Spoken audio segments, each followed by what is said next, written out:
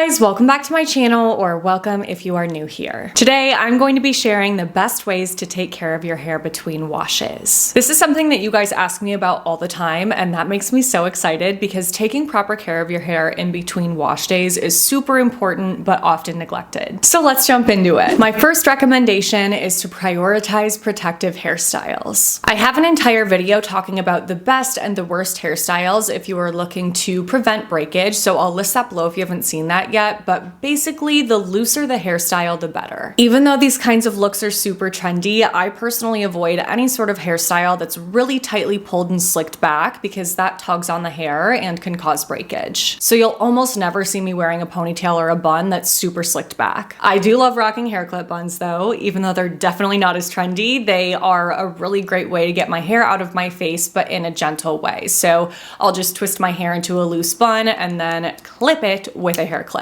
And I can either do that on top of my head, which is usually what I do if I'm just hanging out in my apartment and I want my hair out of my face, or I can make it into a low bun, which is what I opt for if I'm going out in public. But if I need a ponytail, I make sure to opt for one that is really, really soft and stretchy so that it's as gentle on my hair as possible. After prioritizing protective hairstyles, my next recommendation is to prioritize heatless hairstyles. I've definitely seen some hair vlogs on TikTok recently where people show what they do with their hair every day, and so many of them use heat almost every single day. And of course, you do you. At the end of the day, whatever you want to do to your hair is your business and not mine. But if you are watching this video because you are looking for healthy hair advice and you want to heal damage and prevent breakage, I would not recommend using heat daily. There are other ways that you can style your hair that don't require heat that I would 100% recommend over heat. If you're curious to know what my heat usage, I guess, looks like throughout the week, I typically only use heat on my hair 2 times, and both of those times are on my wash day. So after washing my hair, I will let it air dry for about 2 to 3 hours, and then I will finish up that dry with a blow dryer. So I may be using a blow dryer for like 10 minutes max, and then that is usually it for the week. So the 1 10-minute session, again for another 10 minutes later in the week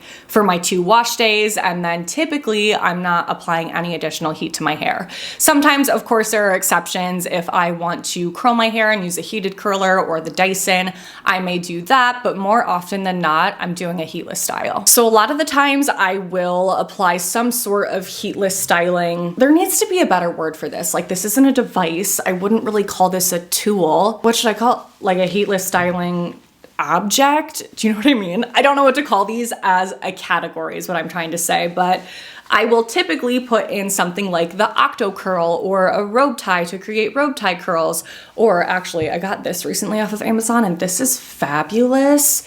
It's really, really soft microfiber and it ties up perfectly into like a little headband. So anything like that is what I'm trying to say. I will wrap my hair around that. And on those days, I don't blow dry my hair all of the way. I'll just do a little bit of a blow dry, primarily focus it towards the root so that I am adding some volume, leave the ends damp, and then I will go ahead and wrap my hair around the robe tie, the Octo Curl, whatever I'm using.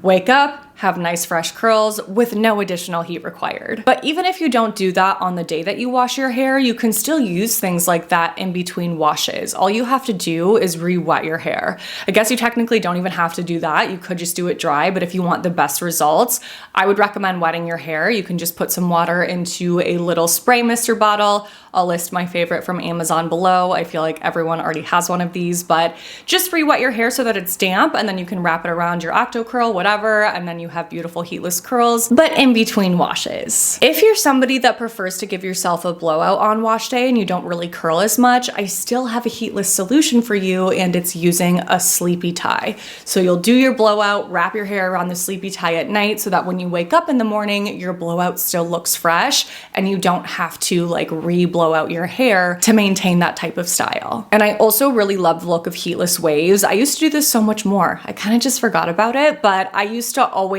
spray my hair with a spray bottle, put my hair into 2 to 3 braids, and then wake up the next morning and have really beautiful heatless waves without the use of a crimper. But I know that there are some people out there who are like, I don't want to mess with that stuff. I just want to use my Dyson. I just want to use my curling iron. I love it. I know it's not the best, but I can't help it.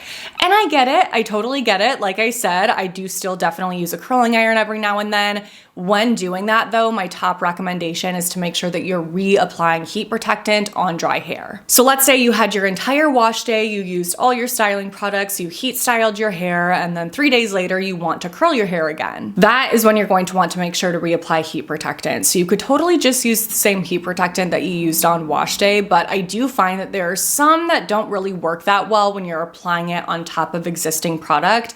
They can leave a bit of like a sticky feel in the hair or just make the texture of your hair go funky. So 2 that I really enjoy are number 1, the Oribe Mystify Restyling Spray. This was intentionally created for the purpose of restyling your hair. So it's extra lightweight. It doesn't leave residue in my hair. I love this. And one that I recently discovered when I was testing it out to see if it was a dupe to Color Wow Dream Coat is the Hair Chemist Sleek Anti-Humidity Shine Coat.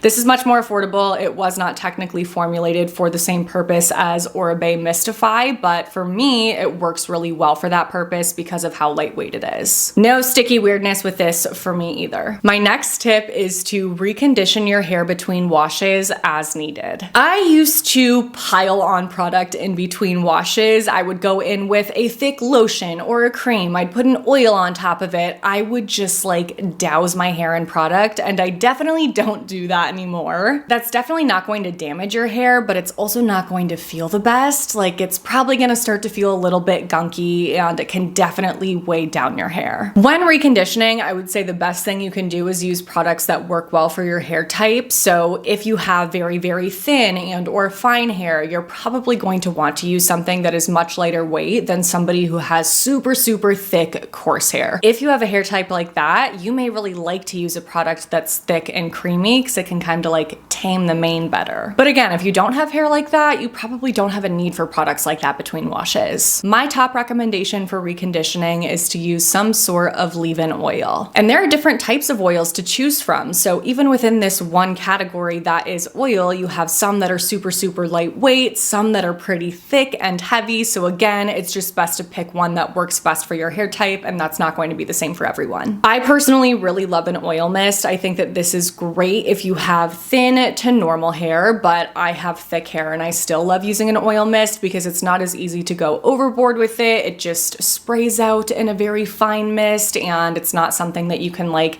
accidentally glop on in just one application. You'd have to spray quite a bit to do that. One oil mist I've recommended for a while is the NatureLab Tokyo Perfect Shine Oil Mist. This one's really great. OGX has a couple different oil mists, so this one is their Argan Oil Mist. It's affordable and it gets the job done. Not much more I can ask for. Of course, you can go the more traditional oil route where you are actually pumping oil out of a bottle and it is a liquidier consistency and not a sprayer mist. My 2 favorites are the Bumble and Bumble Hairdresser's Invisible Oil and the Oribe Gold Lust Nourishing Hair Oil. Very nourishing, both of them. Or you could even use some sort of balm like this. So this is the Kristen S Anytime Anywhere Recovery Balm, and this does have coconut oil in it, right? Let me double check. Can't give you guys incorrect information. Coconut oil, vegetable oil, and castor oil. So it's basically just this stick of oil that you can apply to your hair to help to tame flyaways, to help to recondition, but in a super, super lightweight way. I wouldn't recommend using this by itself to recondition, but if you have already used one of those other leave-in oils and you just kind of want to like touch up the top layer of your hair without adding in any more product, something like this is really nice. So no matter what type of oil you're using, I just think that oils are incredible for reconditioning because they're going to soften your hair, they're going to help to detangle, they're going to add shine, prevent frizz, do all these amazing things, recondition your hair, of course, and that is just going to help to protect your hair while you are waiting for your next wash when you can put in a hair mask or a really nice conditioner. I could actually do this right now with you guys, so I'll just do a little bit of the Bumble and Bumble oil. When I am doing this, I will just apply maybe like 2 to 3 pumps of oil, rub it in between my hands, and then I will work it through my hair like so. And the goal here is definitely not the same as the goal that I have when I'm using a pre-shampoo oil treatment. When I am doing that, I am drenching my hair in oil. That's not what I'm trying to do here because that is just going to make my hair look crazy greasy and dirty. Here, again, I am just trying to recondition to get all of those benefits that I just talked about. I don't have my brush anywhere near me, but after that, I will always brush my hair. It's important to make sure that you're brushing your hair once a day to prevent tangles, but I would not brush more than that because brushing too much can definitely cause unnecessary breakage and hair shedding. Yes, that boost of shine, work it. So that is my favorite kind of product to use for reconditioning the hair. But again, if you prefer to use something else like a serum or a lotion or a cream, that's totally fine. Do what works best for you. I personally will do that about 1 to 2 times in between washes, depending on what's going on with my hair. Usually it's just once in between washes, but some weeks I'm like, what is going on? She is just looking frizzy and I need a little bit of extra oil. But again, never piling on product. I just am trying to make sure that my hair is evenly and lightly coated so that it's protected and not gonna break off. I do wanna quickly touch on scalp care because I think that that's definitely something that you can integrate into your, what are we calling this? Between wash routine? That sounds nice. But as long as you're actually using a shampoo that properly removes oil and buildup on wash day, I don't think that this is necessary for everybody. But using some sort of scalp oil or scalp serum may be really helpful for you if you have a dry scalp, a flaky scalp, an itchy scalp, even when you properly shampoo your hair. If you do have a really dry scalp and you're looking for a lighter weight option that's not super greasy and oily, then the Ordinary Haircare Natural Moisturizing Factors plus HA Serum is a really nice option. It has tons of hydrating and soothing ingredients in it. If you have a scalp that gets itchy and flaky and it's not because of some sort of medical scalp condition, then this is a nice option. It is the Briogeo Scalp Revival Charcoal and Tea Tree Scalp Treatment. This was intentionally formulated to soothe itchy scalps and works whether you have a dry scalp or an oily scalp, because itchiness can happen to all scalp types. I'll list some other options below depending on the scalp concern that you have, but those are 2 that stand out to me that I would definitely recommend if you are in the market for a scalp serum. But again, I don't think that this is something that you need to do if you don't have any scalp concerns. And my last recommendation is to utilize styling products instead of hot styling tools. So that could include products like dry shampoo, texturizing sprays, sea salt sprays, pomades, wax sticks, like this one that went viral on TikTok. I've shown you guys this. So helpful for flyaways. Thank you so much. Great. I feel like social media has created a lot of fear in using styling products like this. I've seen tons of videos with misinformation about styling products and how they're going to make your hair break off or make your hair fall out. But as long as you're properly clarifying your hair to remove all of these products, there's absolutely no concern in using them. They're totally safe to use. You just want to make sure you shampoo them out eventually, like you would with everything else. At least I know I would much rather use a styling product like one of those things I just talked about than applying heat on my hair every single day. That's for sure. All right, you guys, those are all of the tips that I wanted to share for today's video. I hope that that helped, and hopefully that helped you to see that it doesn't need to be as complicated as, I don't know, maybe some brand marketing campaigns make us think that it is. I feel like there are so many product launches happening all the time, especially in categories like this that make you feel like you need all of these different things to make your hair healthy. But at the end of the day, when it comes to caring for your hair in between washes, the most important things are reconditioning your hair when necessary, minimizing heat, and using protective heat styles, or wearing protective heat styles. No, heat styles. Wearing protective hairstyles. Oh my gosh. Let me know in the comments below if you are going to test out any of the products I talked about today or any of the tips and tricks.